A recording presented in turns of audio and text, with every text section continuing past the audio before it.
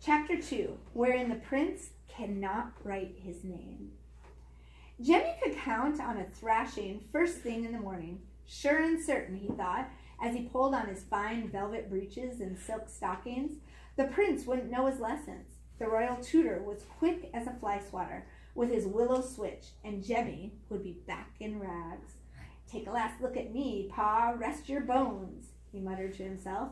Did you ever think I'd be holed up in the king's own castle and all rigged up in duds?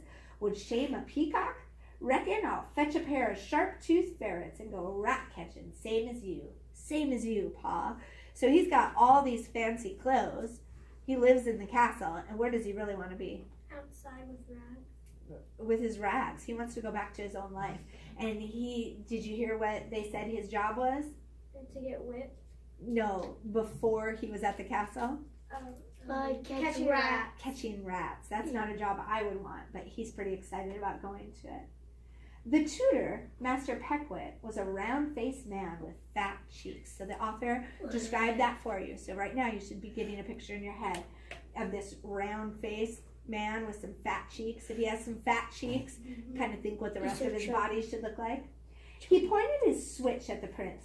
You fiddle-faddled scholar, he bellowed. One day you'll be king, and you still don't know the alphabet from pig tracks. The prince snapped his fingers. I can always get someone to read for me. You can't so much as write your name. Pish-posh! I can always get someone to write my name for me. The tutor's cheeks, swelling with anger, almost unhorsed the small spectacles saddling his nose. It would be easier to educate a boiled cabbage. Prepare to be punished, your lordship. 10 whacks at least, said the prince, and good and hard, if you please. So, are these punishments hurting the prince at all? No. Is he learning from them? No.